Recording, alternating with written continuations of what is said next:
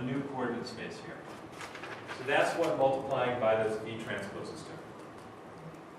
And when you're taking and it's really just a rotation of this, maybe with the flip as well. And so it's not changing the norm of the matrix.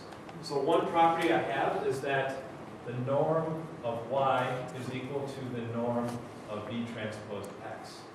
And so when you have an orthogonal matrix, you multiply something by, where the columns are going to be orthogonal to each other, and each column is going to be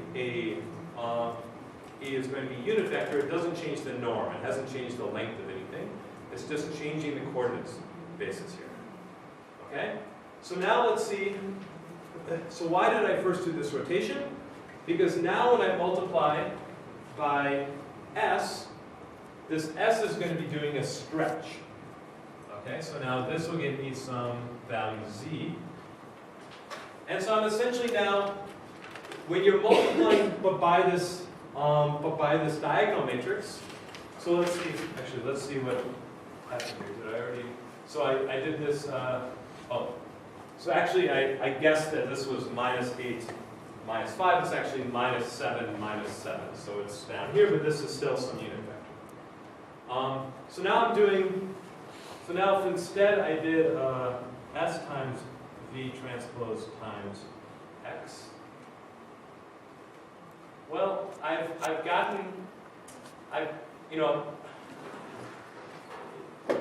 if you just look at the top part here, I'm still lying in these two-dimensional space, and I've stretched these coordinates. So what I've done here is, if I look at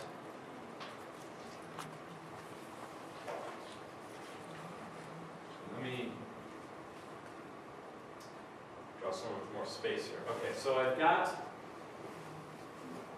this was going to be D1, this is D2,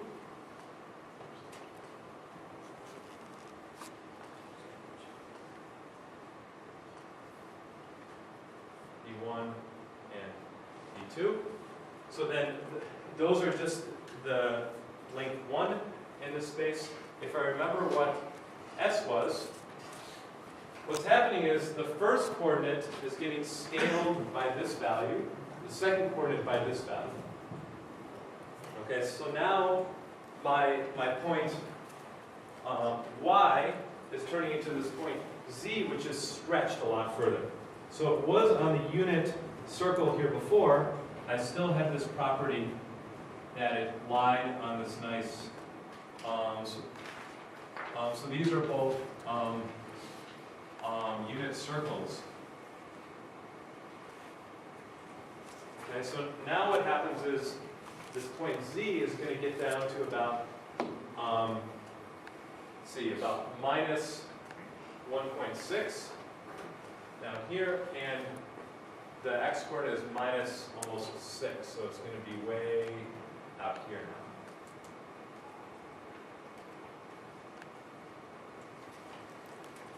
Okay, and so this before, so this was this is no longer on the unit circle, so this is the point z. So the unit circle went through like this. And now it's way outside this unit circle. What's happened is the circle has really been stretched in the y coordinate, or the v2 coordinate, by a factor 2.3. So it's coming maybe down here. And in the x coordinate by a factor 8. So it's coming way out here, something like this. And so it's going to form this sort of ellipse, which is kind of going to go off the board a little bit, kind of like this. So it's going to be actually an ellipse. I've taken the circle here and I've stretched it. And so now this point, if this x started as a unit coordinate, z is now on this ellipse, which has been stretched in this direction by the x coordinate, this direction by the y, or by the v1 direction and by the v2 direction. Okay, so this happens for any point x, which was on the unit circle, is going to be somewhere on this ellipse now in this coordinate frame. If I translated this back to the original coordinate frame, remember I stretched along V1, that was coming way, down here, and the ellipse is going to be in this direction instead. It's going to be angled along here. The reason I need to do the rotation first, this V transpose, is so I can stretch along these coordinates. If I don't do the rotation first, then I can't stretch in this way. I can only stretch with the matrix using this diagonal matrix S if I have the right coordinate system. I can't, if I stretched along a different coordinate system, I cannot get to this ellipse. It would somehow be in the wrong way. And so it's very reasonable to think of kind of the unit distance in this S times V transpose space as being this ellipse here. We can only get it by first rotating and then doing this diagonal as long as we're stretching by a diagonal. You can kind of combine these together in one matrix and you can do both at once. That would also work. But you want this nice decomposition. Okay. So now there's also something kind of fishy going on here. When I multiplied by S times V transpose by X, I get these two extra 0 coordinates. And what's going on there? Well, I need this so that when I multiply these together,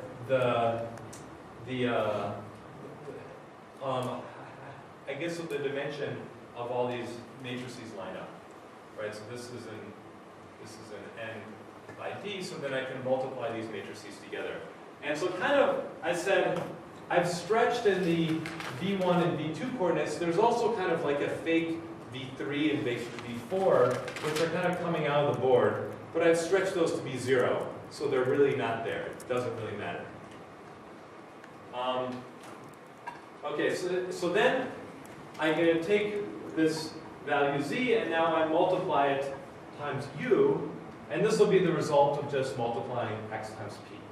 So what's going on in this last step? This one, if you're doing PCA, the U matrix is kind of not as interesting, but it's kind of mapping this back onto the individual points. This matrix P was actually defined by these 4 points. And when I multiply by this matrix U now, right, so if I take this and I start by multiply by U in front, I get I'm going to get what is here is a 4-dimensional vector instead. Okay, so what is going on there? Well, if you look at it just by multiplying P times X, really what I'm doing is I'm taking the dot product with X and P1, that's the first coordinate. X and P2, second coordinate, those are both positive. X, P3, the third coordinate, and X and P4, the fourth coordinate. So that's really what those values are. So how did I get them? After I rotated to get this value Z, how did I get these? Well, I'm saying that along this, so by adding these two zeros on the end of Z, so Z is actually a 4-dimensional point, then I can say that this captures the kind of, if I look at the norm of Px,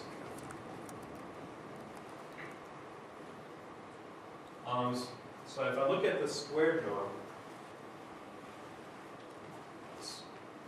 of Px, I can actually, it's going to end up being this vector. So let's call this vector W. Then this is equal to the sum over I equals 1 n of Wi squared. So if I have a 4-dimensional vector, I can take the norm of that vector, the squared norm of it, by taking each of the coordinates and squaring them. If I wanted just the norm, I'd take the square root. That's like a distance in 4 dimensions. So the length of a vector is the distance from 0. So I don't have to subtract anything, I just look at the coordinates. Okay, and so now what this is saying is, this is where x is pointing onto this stretched space that represents P. And now I'm taking z, this vector z, and I'm distributing it to each of these 4 points. So if I look at the squared norm, it's equal to these, and I want to distribute this value z. And so what I'm doing is I'm rotating this space, this vector again, now in a 4-dimensional space. Remember, u is now n by n, and n is 4 in our example. So I'm rotating now in a 4-dimensional space, and the new coordinates, each coordinate corresponds to one of the points. Okay? And when I rotate in that space, it's going to have, I can think of this as the sum equals I1 to n of my value z here times the dot product with ui, where squared, where ui is the ith column of here. And so this corresponds, I think it's the column, it's the mixing it as the row, but it's whatever corresponds, so this should be the ith row here. So this is what's taking this value z. Z is now a 4-dimensional vector, and it's hitting it with this dot product with this row, squaring it, and this gives me the squared value of the ith coordinate here. Okay, and I can decompose this. Each of these squared dot product is this wi. So I'm mapping back the contribution of this onto the individual points. Okay, so u is a bit harder to understand, but what's really important for purposes of PCA and also for MDS and these is going to be these matrices S and V. So let's come back to these again. Okay. So what we're doing is now, because I started inside of this 2-dimensional space, I'm not really gaining too much information here, but what I am getting out of this matrix S, right, so this matrix S again, the first value here, so I can write this S as equal to the diagonal of sigma 1, sigma 2, up to sigma d. In this case, there are just 2 values here. And so what these values tell me is how important is each of these vectors in the orthogonal decomposition by V. Okay, so the first one is kind of the most important. It's got the largest value, 8.1, and this one has a value of 2.3, and the rest are essentially 0. There's only 2-dimensional space, hence there's something where the matrix P is rank 2 at most then, so I'm going to have at most 2 of these non-zero singular values. So these are known as the singular values. The vectors here are the right singular vectors, and these are the left singular vectors. Okay? And so what's saying is that along this direction V1, it's going to have a weight of 8.1. And what that's saying is if I took all of these points here and I projected them on this direction V1, and I took the squared value, I'm going to get this singular value squared. So sigma 1 is going to be equal to the sum over P and P of the dot product V1 P squared. So it's telling me if I projected onto this thing, so a dot product is really a projection, the length of a projection here. If I project all these points on here and I squared their distance, I'm going to get this value sigma 1. It's telling me how much mass is along this direction.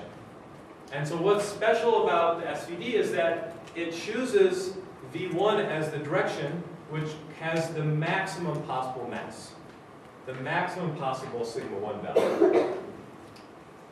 And then it factors out, and then it knows that, and then the next thing it says is, well, the next direction has to be orthogonal to the first direction. So it takes all the data and it projects it onto the d-1 dimensional subspace, and then it repeats this process. This is kind of roughly how it's computed. It kind of does an optimization to find this vector that maximizes this, and then it projects everything off of it, and then it repeats this process recursively. You can kind of do multiple of these things at once, and there's lots of details on how the algorithms actually work. But it's finding this direction which has the maximal variation. Okay. So then, just this holds true for every of these directions. If I change this to an I, this for VI, and for sigma I squared.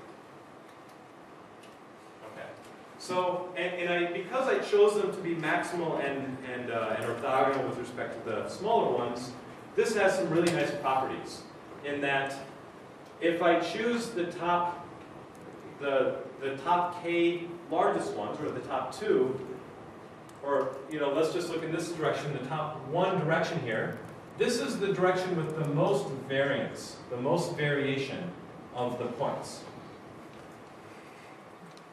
Okay, so this is the direction that the points are most varying in. So if I want to capture the most amount of information here, I want to project them onto this direction. And maybe the other directions have a little variation, and maybe that's noise and I can throw them away. So if I want to do dimensionality reduction of a point set, if I want to project it to one dimension, I take the top singular vector. If I want to do 2 dimensions, I take the top 2 singular vectors. And this is if I take the top k of them, then I'm getting closer back to this problem here. I want a k-dimensional subspace F, such that if I project it onto the subspace, and I look at the sum of the distances, I want to minimize this. Okay? And there's this nice property about Euclidean distance, based on the Pythagorean theorem, that if you decompose it along these orthogonal directions, you can add up the sum of the squared distances, right? So that's what I've done. That's what I've done here. This is our set of orthogonal directions. This is equal to the norm here. And if I want to calculate the direction in the original Euclidean space, I'm looking at the coordinates. Well, those coordinates are actually projections onto x1. The x coordinate is projection on x1, y coordinate is projection on x2, and so forth. So if I want to find the projection that minimizes this distance, I want to pull out the projection of space k that maximizes the variation in there, and what's left over is the minimum squared distance left. Okay, so what that looks like then is I want to take the top k of these things. So I want to keep all of. All right, so let me make sure I get this direction right.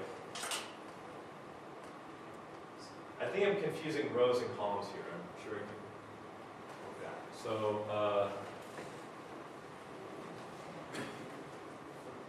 yeah, so I'm going to take the top k of these rows, and each of these will be multiplied by the corresponding singular value up to k of these, and then I'm going to set these to 0. So I'm going to essentially, all I need, if I zero these out, then I can pretend like these rows are also 0.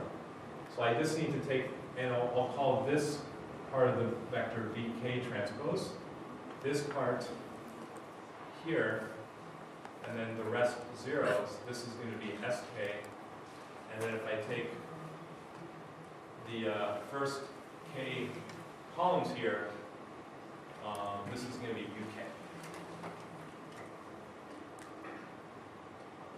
Okay, so if I do this multiplication, So from any point x, I'm going to get some rank k subspace P. So when you have a matrix that's rank k, and it's really a point set, that means the points lie in a k-dimensional subspace. This is an equivalent, an equivalent notion.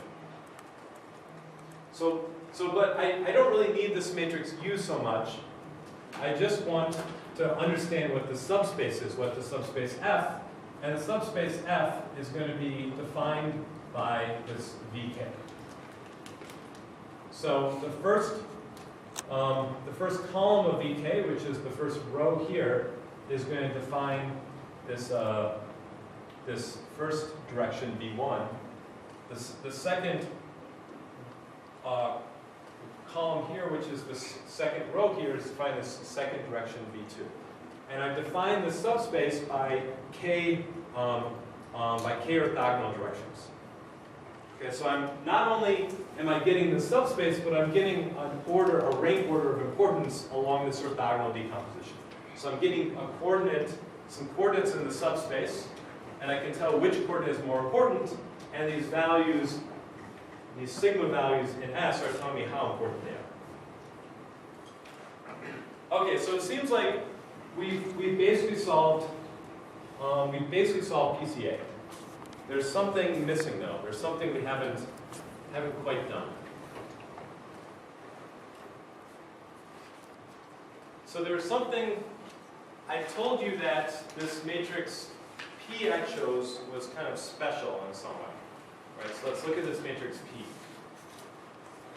What's special about this matrix P?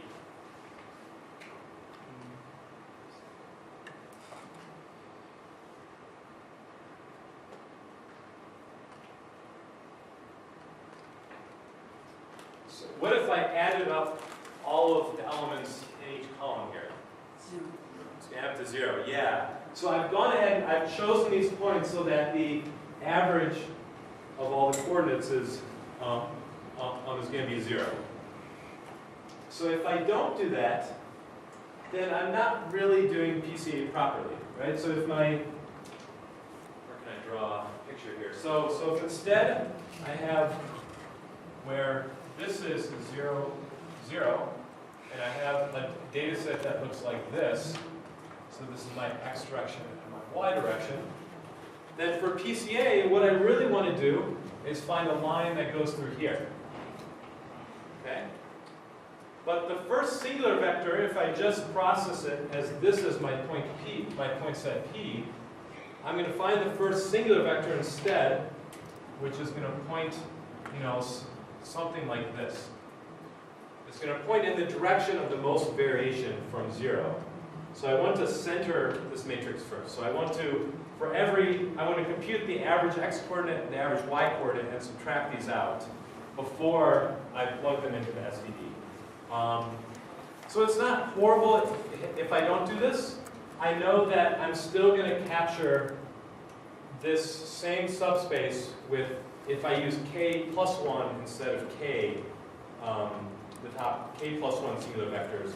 I'll at least contain the top k singular vectors without centering. So if k is large enough, like 20 or something, then I haven't lost too much by not centering, but I haven't gotten the main variation. So I want to first, so PCA, so this is, centering, then the right singular vectors of the SVD. Okay, so it's basically just SVD, but you need to center first. So you calculate the average of each coordinate, you subtract this from every point, then you get this matrix P, then you plug it in SVD, and then you kind of want to translate these right singular vectors back to kind of get them in the original space. You want to, I do this change of this coordinate system now, so this is x, or y prime and x prime, and then I want to shift them back to make sure I get a vector going through here. So, sometimes you want to do this, sometimes you're okay with these going through 0, right? These vectors always came out as going through 0. So it depends on your situation, but in general, if you want to solve this problem, where this is a rank, a k-dimensional subspace that best fits this projection, you need to first do the centering. Okay, so that's how you solve PCA. You run the SVD on the you do centering in the data set, you run the SVD, and then you can shift it back. Okay, so we talked about this Eigen decomposition as well when we're doing spectral clustering. So how does the Eigen decomposition relate to the singular value decomposition? These are both matrix decompositions. So the Eigen decomposition is so it takes some matrix M and it breaks it into so if this is of, in a d-dimensional space, this is going to be d eigenvectors and d and d of these eigenvalues. Okay? But in the SVD, I had right singular vectors and I had left singular vectors and I had singular values. Now I only have one set of vectors decomposition. So you have an additional requirement on M that it has to at least be a squared matrix. So you don't want to. So if I try to, let's say I tried to call this Eigen decomposition on P, this is going to say, oh no, you can't do that. So instead, what you want to do is do the Eigen decomposition on transpose P times P. So this just got me the eigenvalues. Let me.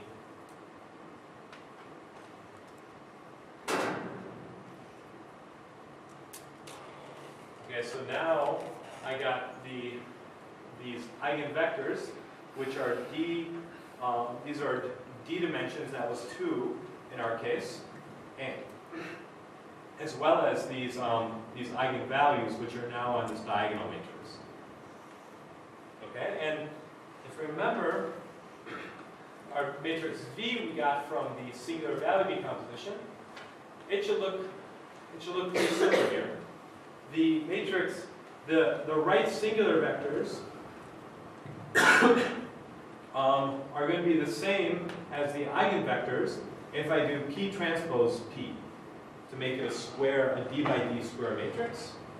And then I have these, if I look at my singular vectors, how do these relate to my eigenvectors? I mean, my singular values, how do these relate to my eigenvalues up here?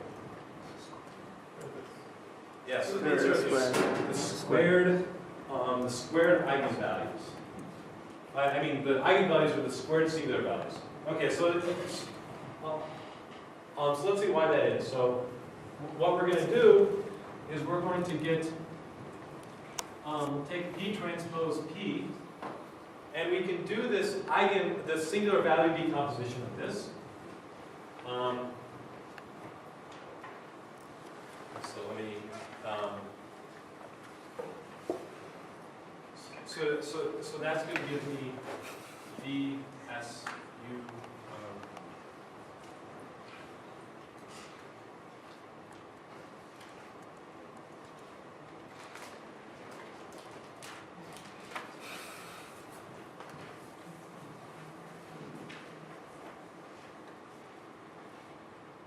Okay, so when you take a transpose of a product, what you're really, so if I take the transpose of a product, this is really U, S, V transpose, I can swap the order of the matrices and take the transpose of each individual one, and if you take the transpose of a diagonal matrix, it's not doing anything. You're kind of transposing it and everything stays on the diagonal. So the transpose didn't do anything here. And then the orthogonal matrices U have the property that the inverse of an orthogonal matrix is its transpose. So what that means is that these two cancel each other out. So then I have V S S times V transpose. And when I take the product of two on diagonal matrices, I'm taking the product of each of the elements along the diagonal. So what I get is V S squared V transpose. And so this is now the singular value decomposition. These are the, this is the eigenvalue decomposition of P transpose P. It works where you take this, let's see if this works. We'll have this, what do I call it? The matrix T times matrix L, which is going to be these singular values squared times T transpose T.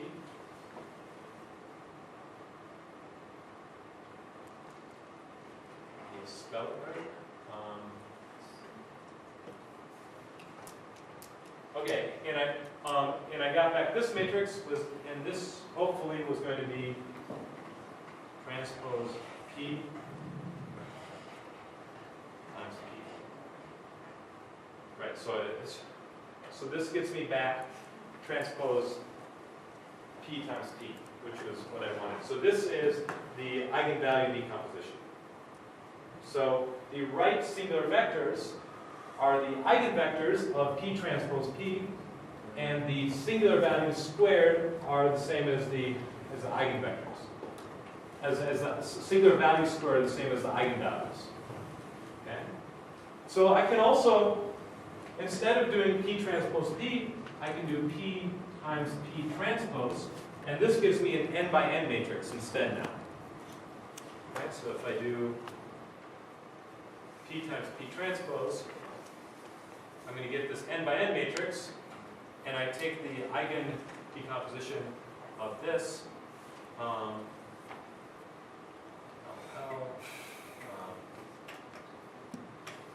TL,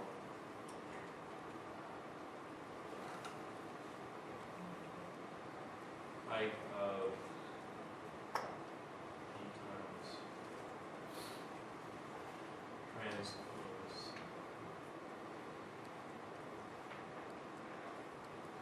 Right, so now I'm getting, what's going on here? I'm getting, well, let me go U. So the eigenvectors now should correspond to some these left singular vectors, and I'm still getting back. Yeah, so I'm still getting back the eigenvalues. Now, notice that this is a +1, so this is actually 66 again. This is still 5.3, so these are the right. What happened here? Well, these were the left singular vectors. Those are the eigenvectors. Where's the correspondence going on? Well, it should, of course, now I've sorted them in the opposite direction.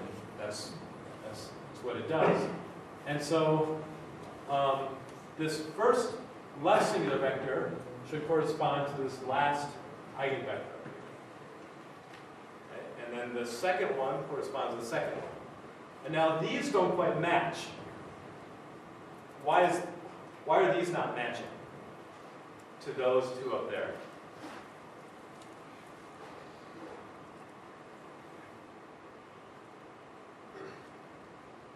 Okay, I've time left, so I can wait for someone else to answer. Why do these singular left singular vectors not match the first two eigenvectors?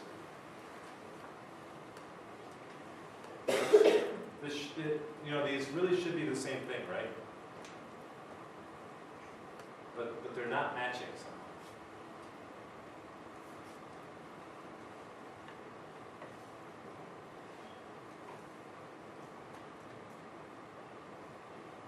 I'm guessing it has something to do with the fact that you had zeros before, where you have the 1.1. Yeah. So these are essentially 0. This is just some rounding error here. Okay, so think of these things as being 0. So that means that, remember, when I had the singular vectors here, I really had these 2 that were 0, that were pointing out of the plane. Right? Now, but I had 2 of them pointing out of the plane. And these 2 were actually somehow orthogonal to each other. It's hard to imagine this a little bit in 4-dimensional space. I've already used the first 2 at the board. I had 2 coming out, and they're orthogonal to each other. Well, it doesn't matter. I can rotate them around as long as they're in the leftover 2-dimensional space and they're still orthogonal, and I still will have a distance of 0. Right? It doesn't matter what the direction is up to the rotation. So these are going to be, you know, so these are very unstable. These are basically noise. So the kind of if you look at singular value decomposition, the singular values are fairly stable if you perturb the data a little bit. The singular vectors are not. They kind of rotate a little bit. If there's a big gap between the singular values, then the singular vectors are pretty stable. But if the singular values are pretty close together, then it changes them a little bit. You can essentially rotate the vectors as long as they stay orthogonal to each other, and these singular values are not going to change much. So this part is really unstable. So when you come back to this and you're doing this singular value decomposition, you're taking the top k of them. You only want to take k such that the singular values are all pretty large. If these start to drop off, you're really getting stuff that's really meaningless, right? You're getting very meaningless stuff here. And you're capturing all the variance in the first view, and the rest is essentially noise. Okay, so what this is helping you do is you have data in a very high-dimensional space. Sometimes you have some algorithms that take longer in high-dimensional space. Actually, sometimes if you want to run a clustering algorithm on high-dimensional data, you first want to do PCA, get into a low-dimensional space where you've gotten rid of all the singular values, which are really small. Because really, these are just capturing noise in the data. So if you project it to this low-dimensional space, now your data points don't have this noise in them anymore. And there's some sort of results we're starting kind of to understand as a research community that if you're clustering high-dimensional data, you first want to do PCA on it before you do, say, k-means clustering or some other sort of clustering. The other dimensions are actually kind of just noise, so you want to get rid of those, and they're not very stable anyways. So if I looked at the distance of a point, right, if I have a little variation in this way, this point has gotten stretched here,